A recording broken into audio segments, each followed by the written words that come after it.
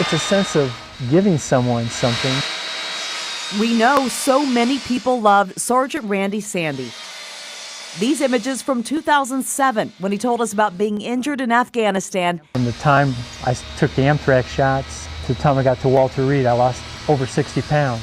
I was a quadriplegic, couldn't use my hands or my feet. And how he learned to use his hands again by folding flags. The Vietnam and Operation Enduring Freedom vet never missed a chance to honor those who served. I give them to soldiers too, that have done a fantastic job. He felt strongly about patriotism and honor and duty like no one I had ever known. He lived that. On April 13th, Randy died at home. He had folded a flag, and it was on his bed, which I think is very interesting. He folded a large flag, and he was doing his sit-ups or his weightlifting. And the medical folks that arrived on the scene said it looked like he just went to sleep, which I think he deserved. Laura Shaughnessy adds her dad also deserves the reverence he had for the flag and others who served. He felt so passionate about celebrating the fallen that how could we not celebrate him? Today, we do. It comes from my heart, There's a lot of my heart and my patriotism in the flag in there. Randy folded 17,000 flags. Part of his heart still here. Donna Pittman, KMBC 9 News.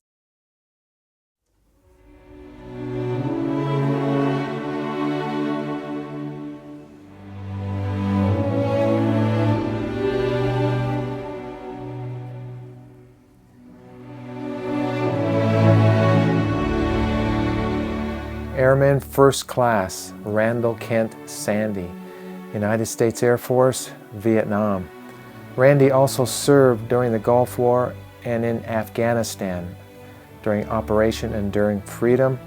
He tells a great story, folks. He started out in the Air Force. His military career spanned 6 decades, if you can believe that. He started out in the Air Force, and he was an aircraft mechanic and then went into fuel supply in Vietnam. And he tells an interesting story from Vietnam. But I think his greatest work was done after Vietnam and after Afghanistan. He had a passion to really honor the fallen, men and women who fell in the battlefields, who passed away. And just kind of like I'm honoring veterans, he did the same thing. As you saw in the beginning, that news story that was done in the Kansas City area about 15 years ago, he folded 17,000 flags, and he would make these little shadow boxes that he would give to families and the fallen. It's just a great ministry he had, and I just really admire him. So fortunate to meet him. He was in his 60s. He passed away at 71 in 2018. Just kind of, like his daughter said, he just kind of went to sleep. And he tells a story in this interview of how he did die at one time and what he experienced during that time. It's very interesting for me as a believer in Jesus, a believer in God. I just really feel that this story is really going to help a lot of people out there today. He was just a special man. You're going to see it. You're going to see it. And I'm just really happy to share it with you today. I want to give a big thank you to Bill and Mary Claire Amer in the Kansas City area. They've been supporters of my work, and they sent me a big flag on made in wood, and I just was so blessed to get that. And I know they can relate to Randy's story here with his passion for our country and the flag. So Bill and Mary Claire, thank you again. God bless you. I so appreciate you, and I look forward to working with you more in this new year. So, folks, I'm going to Arizona at the end of the month. It's already 2024. By the way, Happy New Year, Feliz Año Nuevo. And it's January 1st, 2024. Can you believe it? I'm going to Phoenix at the end of the month. I'm going to drive down there from here in Colorado, where I live, western Colorado. And I'm going to interview some more Vietnam veterans. And they are almost the same age. Some of them are the same age as the World War II veterans were when I started interviewing them 21 years ago in the Phoenix area. I spent 2 weeks down there. A lot of those stories comprised my first film, Omaha Beach D-Day, June 6, 1944. The D-Day invasion, the Normandy invasion in France. That was my first love of my work. I'd say all those veterans are gone now that I interviewed, and most of the World War II veterans are gone today. So it's bittersweet. Going back down there, going to work with some great people. Going to do a second interview with Ed Masterson and Jerry McNally, who are featured on this channel. It's going to be an awesome time, and I'll interview some more Vietnam vets down there. And I'd like to just ask you if you'd like to help support that effort. I would really appreciate it. You know how to contact me. There's information on my website in the video description and the comment section of these videos. So if you'd like to help with this trip to Arizona, I would greatly appreciate it. There's expenses down there, and it would just really be a blessing to go down there with the resources I need. And I'm going regardless, but if you would like to become involved with my work and take some ownership in the fruit of my work, it would be greatly appreciated. Folks, my heart's full. I'm happy to share Randy's story with you. Like I said, he's in heaven right now, looking down on us, and it's just a great opportunity here. This will be on my Voices of History radio channel too, my radio station, so I'm excited about that, to get Randy's story out there. So just a big blessing, and I'm happy to share this with you tonight, today, or tomorrow, wherever you're at. Good afternoon, good evening, good night, and I thank God that I can serve Him in my country through the lens of my camera. Thank you for watching, sharing these stories, and subscribing to this channel. God bless you, and I'll talk to you again.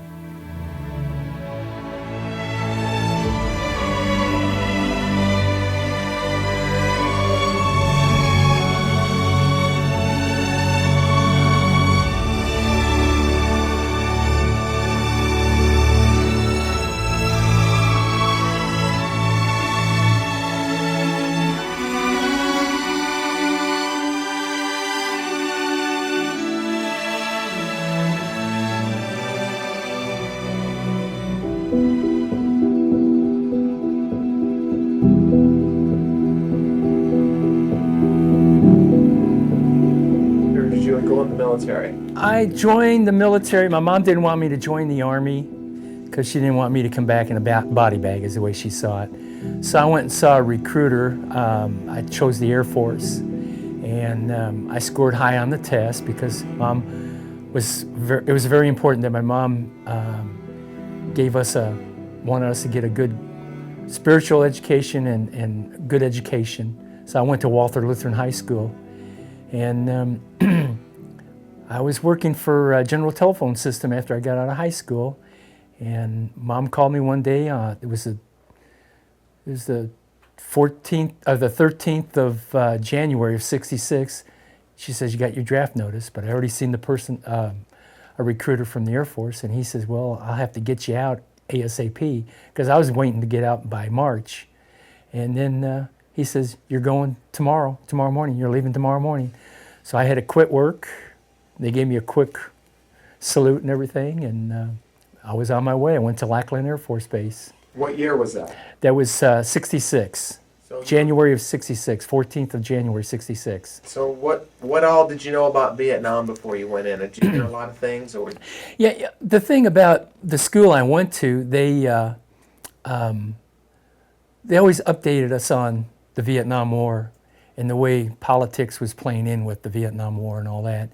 And then when President Johnson said he was calling up 5,000 more for the draft and all that, I figured, uh-oh, it might be my time, and sure enough, it was. So my dad proudly served, my grandfather served in World War I, and I wanted to go. I wanted to do my duty and all that. I was in aircraft maintenance, and I got bored with it. In fact, when the unit split up, I was at Selfridge Air Force Base in Detroit, Michigan. They said, "Okay, who wants to be the first wave? We're splitting the unit in half. Some are staying here, and then the other are going to Richards-Gebaur." So I went to Richards-Gebaur. I loved it, and I've been here ever since. And from there, I kind of got bored with aircraft maintenance. I wanted something more exciting, so I went to the sergeant, and he says, "Hey, I got the perfect job for you, refueling, fuel supply." I loved it, man. A lot of excitement and all that. I wanted to be where the action was. And after I got my 3-level, you have to go to levels before you could drive a truck and all that. I got my 3-level, and I got my orders to go to Vietnam. And I went to Bien Hoa.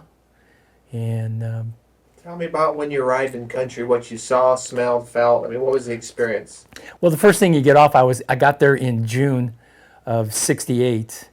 and it was so hot. By the time I got down off the aircraft, I was head to toe sweat. So you go to the aerial port because you got to wait until someone comes pick you up to take you to, for you to get your clothing, your military issue stuff, and your barracks and stuff like that, where you're going to be staying and all that, you know. And I remember I went over to get some water, and the water looked yellow, you know. So I took a paper cup and filled it up, and it looked like crap, and it tasted like crap. So I spit it out, you know. And then this sergeant comes up to us and says, all right. He says, you're going to take you a while here. Hold your cup out. I held it out, and he put some non-sweetened Kool-Aid in it just to, you know, break the tartness and everything. So that's what I had my loved one send me, was Kool-Aid, non-sweetened Kool-Aid and all that. It was really something and all that. You know, you get it. And What was the hardest part of Vietnam for you? Was there a particular time in your work, or maybe I don't know if you got in firefights or anything, but what was the hardest time for you? What toughest thing for you over there? the Tet Offensive '69. We were rocketed and mortared all the time. I was into physical fitness, and I used to, when I got, we worked 12-hour shifts, and I used to go running, and I'd work out in the gym and everything, and you know, you meet other people and all that. And one time I was running, and the siren goes off saying incoming rockets and mortars, you know, because they could fire the rocket, 122 millimeter rockets from 10 miles out. And I went into a ditch to get low as possible, and I made the mistake of landing on a red anthill, and I got bitten up by these ants. And I'm sitting there picking them off and everything, and people are saying, you're going to die, you're going to die. No, I just went. They said, you'll be all right. So, I think the hardest part was during the Tet Offense, where where John Levitor, he was the first Medal of Honor recipient for the Air Force for enlisted. His aircraft came in, and we went down to it to help him out, you know. And there's rockets and mortars and sniper fire and all that, you know. Oh, by the way, let me go back just a little. When I got off the plane, the sergeant said, okay, there's 4 things you need to remember. If the rockets don't get you, the mortars will.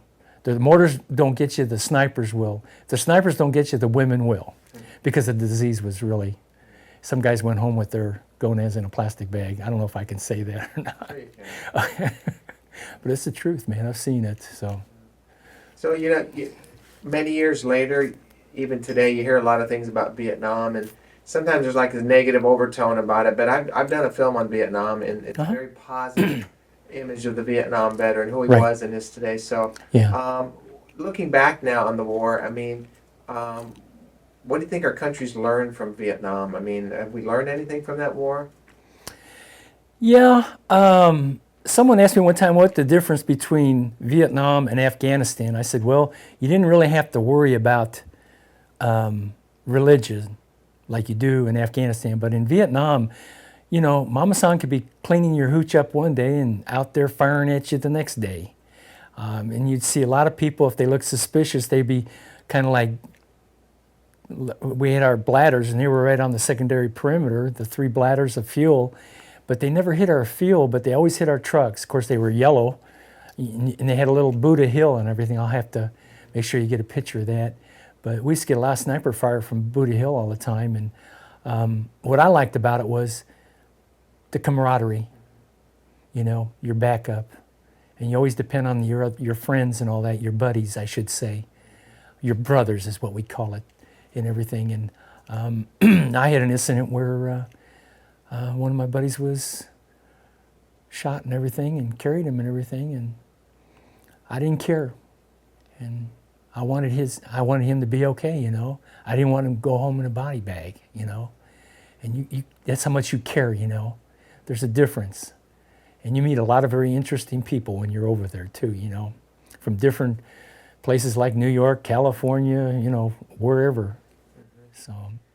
Now, your disability comes from Afghanistan, or not Yes. from Vietnam? No. Okay, tell me, as far as Vietnam, what interaction did you have with the troops, with the casualties, with maybe the Huey helicopters, or when you said you're refueling? I mean, did you have any interaction with any of that, or you know, that part of the war? Well, we had to protect the fuel supply because it was on the secondary perimeter. which was close to the barge site and everything, I had a position that I had to protect for all costs. And every once in a while, you'd go out in the perimeter to help there too, especially during the tit offense and all that, And, you see the action, you hear the bullets going over your head and everything. It's an experience you never forget and all that. But, a lot of people don't realize that before they would hit you in your position, they would have pot parties where they would get all doped up and everything, because a lot of these guys could come through your perimeter like nothing, man. Like, holy cows, look at this guy.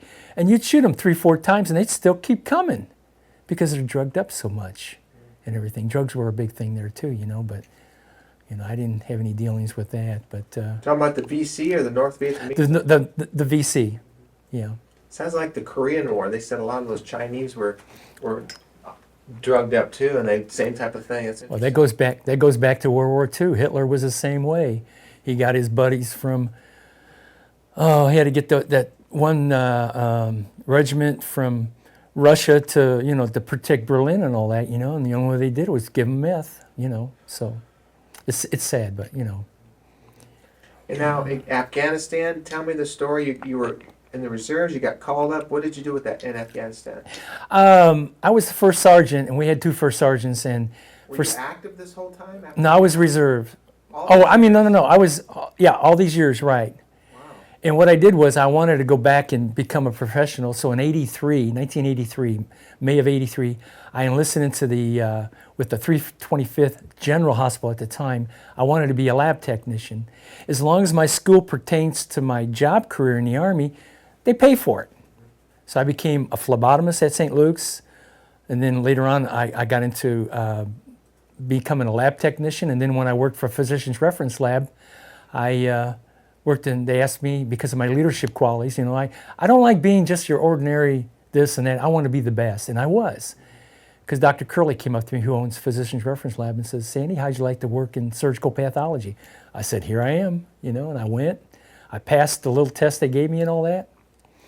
And what I did was when I went, I was really disappointed that they didn't pick me. They picked this other guy, the other first sergeant, which was all right with me. And then they asked me, Sandy, can you fill in and be charged of lab, pharmacy, x-ray, and dental? So that's what I was in charge of. And the reason why I became a disabled veteran, I had a reaction to the anthrax shots, the 3 that you got at Moab Station. And I noticed a weight loss. And then one day when I go to, when we got to Afghanistan, I noticed that fatigue, I was losing a lot of weight. I had already lost 40 pounds, and I said, this ain't right. So I went to sick call twice. And you got the Bagram crud. We were stationed at Bagram Air Force Base, where we set up our combat support hospital. And they said, you got the Bagram crud. And then when I went back the second time, the doctor gave me a Z-Pack, which is prednisone. I felt better, but then after I got down off of it, I went right back into it. And then one day, after about 20 days there, I noticed that my urine, when I was going to the bathroom, was dark. And being a lab technician, I knew that wasn't normal, so I took a sample and I had someone draw my blood, and come to find out my CPKs, which is the protein in your blood, was at 4,000. It should be nothing over 232, but that was the max. You have to dilute it down to get a more accurate reading, but we didn't have the equipment to do that. So I went with the lab results and told them I had elevated liver enzymes, because the liver filters out too, that your blood and all that. And by the time I got to Longstuhl, Germany, they couldn't figure out what was wrong with me, because my CPKs were, I think at that time they were like 14,000. I mean, it was unbelievable. I have the paperwork to back it up. And so they put me on a flight to Walter Reed. And on that flight, I died. They said I lost consciousness because of the oxygen. I had a collapsed left lung. And I was in bad shape. By that time, I lost 50 pounds. And I could barely walk and use my hands and all that. And I died. Someone says, well, how do you know you died? And I says, I saw the light. I didn't feel no more pain. I felt the love. I wanted to reach out and pull in faster, I wanted to get there faster. But then it went from light to dark. And then I heard the flight nurse say, wake up, wake up. And she had revived me. And then I got to Longstuhl, and I got to Walter Reed. I correct myself there. Walter Reed. And when I got there, I got the best physical, mental, and probably the one that really counted the most was the spiritual that I needed, you know, because just like the chaplain says, Sandy, I see something different about you. I said, it's because I'm healing from the inside out and everything, you know. So she was really great, really How great. long were you at Walter Reed? I was there 10 weeks. And they got you back to health? Well, what they wanted to do was experiment on me because they didn't have two other people, don't know how many other people died, but I knew of 2 people that have died that couldn't give up the protein like I could. I mean, a female weighing 130 pounds and lose the kind of weight I lost. I went from 214 to 140 pounds. And I almost lost the function of my kidneys. They wanted to put me on dialysis. And if it wasn't for Dr. Nguyen, who was a Vietnamese doctor, bless her heart, she came in and says, I can't stand this anymore. I'm giving you something called IVIG, which is an immunoglobulin to save your life, because my protein levels then were around 17, 18,000. They were going up, they weren't coming down. But my kidneys were still functioning because I never abused my system with alcohol or cigarettes. So, Wow. and I made a complete turnaround. The only way I could learn how to walk again was aquatherapy, where they put the balloon things on your arms and I had just sit there and I had just practiced doing this all for an hour, and they take me out with a special thing and then put me in my wheelchair, and I finally learned how to walk. You saw the picture with the wheelchair and then the cane. I just got the best of care, but the thing that really, I have to go back and give credit to someone. I always took care of my soldiers. And when I was at Bagram Air Force Base waiting to get a medevac out, a Staff Sergeant, Jennifer Barnett, came up to me and said, First Sergeant put her hand on my shoulder and says, First Sergeant, you're always taking care of your soldiers. Now you take care of them. Let us take care of you, you know. So, I'm sorry. Don't apologize, man. I got to ask you a question. I mean, Sure, go ahead. Along the spiritual aspect of what happened to you, you said it really fast. Tell me about what you remember. When you said you died, you said you saw a light. What do you mean you felt the love? What's that? Well, number one, no more pain. And it's like every time you looked around, it was like as if love was all around you, and you knew that when you saw the light, I could see figures in the light, hands, arms, bodies, you know. My mom had passed away in 2001, and she always told me she would take care of me, and I felt if I would have gotten any closer, I probably would have seen her, you know. And but it wasn't my turn to go, and I'll tell you the reason why is because I think God brought me back because He wanted me to do what I'm doing now, honoring those soldiers and everything, because He figured, Sandy, someone's got to do it. You're going to do it for me, you know? That's awesome. So, Tell me about the Liberty Memorial. oh, I love doing it. I love doing it. Tell me what that is and what you do. I'm the president of the Permanent Memorial Day Committee, and we put on the, along with the Liberty Memorial staff, to honor the Gold Star mothers. That's mothers that have lost loved ones in either Afghanistan or Iraq. We had one interesting one last year. A mother had lost her son at the Pentagon. He was in the Navy, and she got the word that her son was killed. And she says, well, when can I expect the remains of my son to come back home? And they said, ma'am, we hate to tell you this, he was completely burned up. And it wasn't until then that she finally realized. But then there was a controversy about she's not considered a Gold Star mother because her son wasn't killed in war. I says, it wasn't an act of war at the time.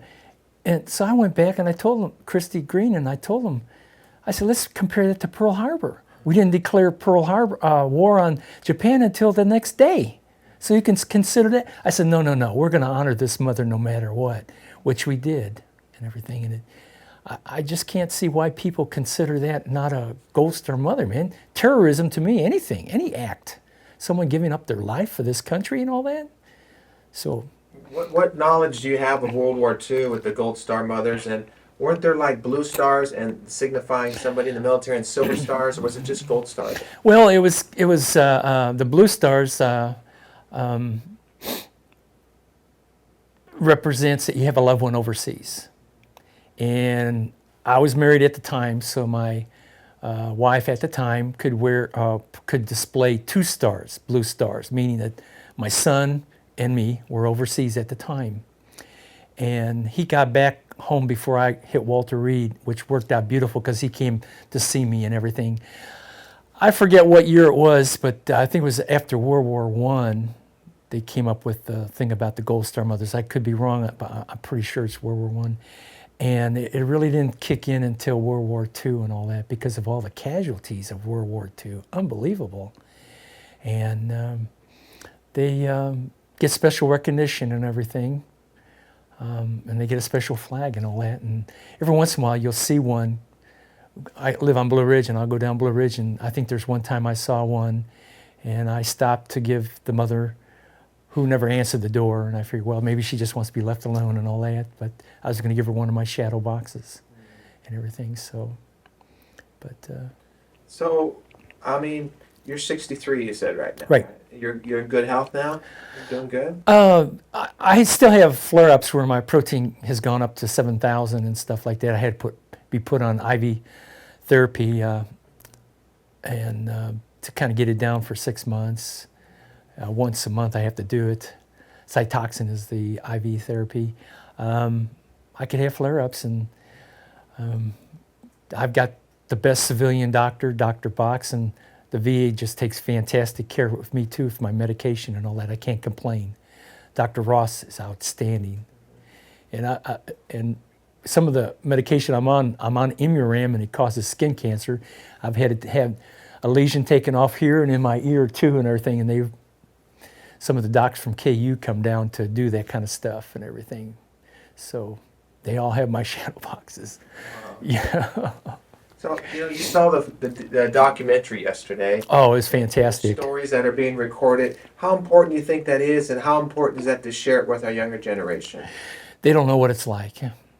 Those guys, I have a friend that's a survivor from Nagasaki when his ship went to Nagasaki, and he told me he's the only survivor on his ship right now, but the destruction he saw from the atomic bomb and everything, and it's like, yeah, we got even with them for all the casualties from Okinawa to Iwo Jima, all those places, I mean, a lot of body counts in Omaha Beach and everything, and these kids don't know how good they have it here, freedom, freedom is not free, and I feel the reason why I wanted to go into the military is because I wanted to do my patriotic duty. And that's the same way my son, I pass it on to my son. He wanted to do his patriotic duty too. And he chose the field that I didn't want him to choose, but I let him do it. Airborne infantry trained, man. I'm proud of him. You think our country's losing that patriotism, that spirit? Oh, definitely, definitely. Last Memorial Day, after I got done at the Liberty Memorial, I like going to Cracker Barrel on Monday, because Rosie's Cafe, where I go most of the time, is closed on Mondays. Anyway, so I went to Cracker Barrel, and I was in my full dress uniform and everything, and a guy looked at me and says, "Oh, is today a holiday?" And I said, "Yep, sure is." And I wanted to, buku sao, or buku, buku sao, man. I just wanted to, that's a word I want to, it's in Vietnamese, my frustrations. I just wanted to beat the guy up, What do you think can be done, Randy, to instill that patriotism in our young people, or just to kind of have a revival of that in our land? Does it have to have another 9/11 happen, or what? What do you think this country needs? I think they need to bring back the draft. These kids need to be disciplined because they're sure not getting it at home. My kids are. After my divorce from my son and daughter, I paid child support on my daughter until she was 27 years old. But she was using the money because her mom went to Florida and they couldn't transfer the funds.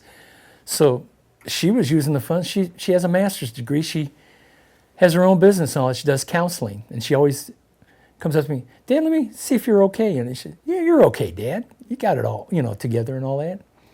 It's because, God's in my life, So. Has he always been in your life? Oh, yeah. Oh, yeah. What other memories of Vietnam can you share with me briefly? I mean, a tough situation or just the tour itself? And did you keep a short-term calendar or whatever like people did? You count down the days to you leaving, and then tell me about your last day in Vietnam. Like I said, you get to know, we had a papasan that would take care of the turbine pump that we had on the Saigon River. And I made the mistake of telling them, hey, papasan, my birthday's in a couple days. Oh, mama-san make you, because they sent him to a place to get trained on taking care of the turbine pump. It had to have maintenance, daily maintenance and all that. And he did all that. He kept it up real good. So his wife comes down with a chicken, because I told him I like chicken. And she grabbed it by the wings, and the chicken was still alive. And she says, do you like GI? So I look at the chicken, I kind of poke it in the chest, and the chicken, was cackling and all that, So I say, I like it, Mama-san. So she takes it and she rips the head off, and she throws the chicken down. I said, Mama-san, I didn't want it that fresh.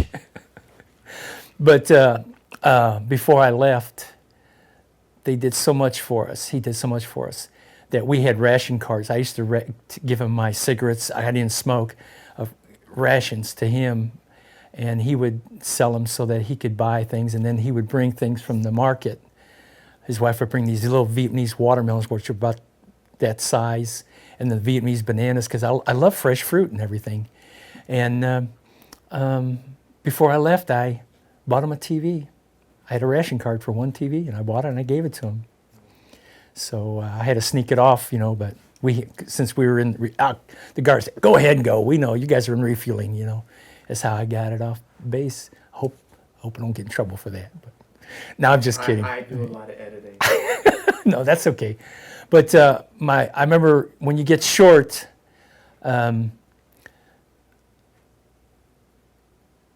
it's like my last week doing my job before they give you some time off.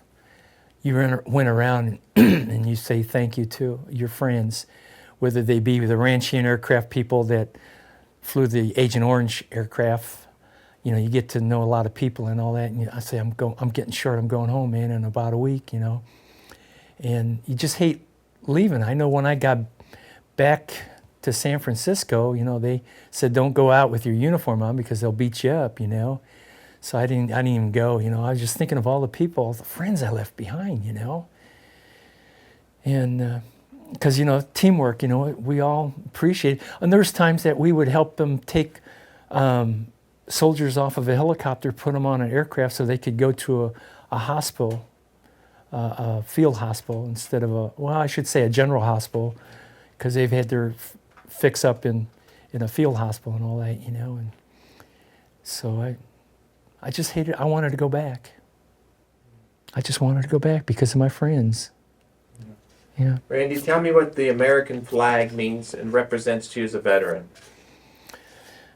Wow, it means so much to me. When I look at when I fold my flags with that star on the top, I usually give the shadow box to a loved one and say, that represents your son on top, your father on top. One day I folded it and I come up with 2 stars, and someone said, this lady had lost her husband last year and just lost her son this year.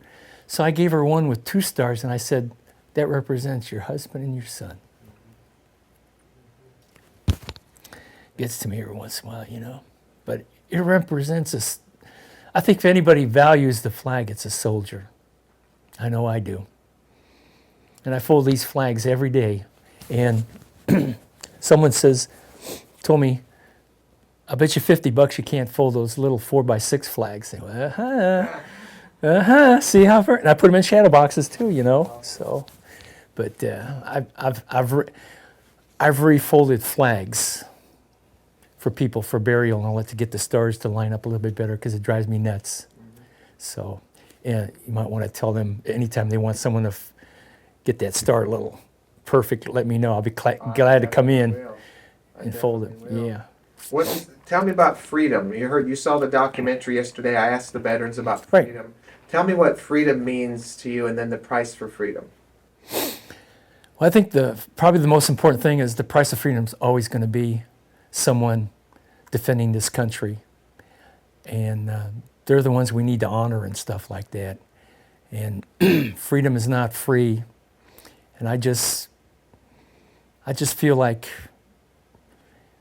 I gave my service, and it doesn't stop because I'm retired. That's the reason why I do what I'm doing now, to keep it going. And now that I have a son that feels the same way as I do, it's great to keep it in the family, because my grandfather, of course, he was from Hungary, and he fought in World War I, but he wanted to come to America because he was a finished carpenter. I think that's where I get my skill on the shadow boxes and all that. But my dad served in World War II. He was with Patton, and he loved Patton and everything, you know. He loved his philosophy and everything. But my dad always told me, he says, you know, the ones that really give us the freedom that we have are the ones that have given their lives, you know. So. That's right, man. Yeah. That's right. So what do you do these days to keep busy? What are you doing? Shadow boxes. Good. I'm slowly approaching number 3,000 that I've made since started making them in 2004 when I got back, but I started numbering them and everything, and I just put down paper, well, I made 10 today, but it doesn't take me long to make them. I've got it down pat now. So Tell me why you wanted to talk to me today. You saw a flyer or something, and then what prompted you to call me? I just wanted to tell my story, that's all. And I want it to be inspiring, just like those guys inspired me yesterday about Omaha Beach. And some of the conflict that World War II veterans have seen, you know, it's unbelievable. Let me ask you a question. Who's the first one to receive 2 Medals of Honor? Audie Murphy? No. During the Civil War, there was a guy named Thomas Custer, George Custer's brother, was the first one. I've got a picture, if I can find that one, he's buried out at Leavenworth. And every once in a while I'll take my grandson out there, or I'll take some people out there to look at his grave and everything. It's right by Munson Hospital and everything. And it says right on his tombstone, 2 Medals of Honor. He's one of 3 people to win the Medal of Honor during the Civil War. So a lot of people don't realize that. So, and he died with his brother at Little Bighorn, and they brought his body back. So anyways, little history. I'm sorry. No, that's very good. You saw at the end of my film yesterday, and at the end of all my documentaries and all my interviews, I always ask for the veterans to salute. Mm-hmm. Can you do that for me into the camera when I ask you from where you're seated? Sure. Do that for me? Sitting down here? Yeah, that's for the camera angle. Sure. I understand you'd rather be standing, but Yeah. go ahead, sir, right in the camera. Perfect. Thank you. Mm-hmm. And that's kind of like my send-off, you know? Okay. It's like my signature. I've done that from day one. I don't know why people see that. The media picks up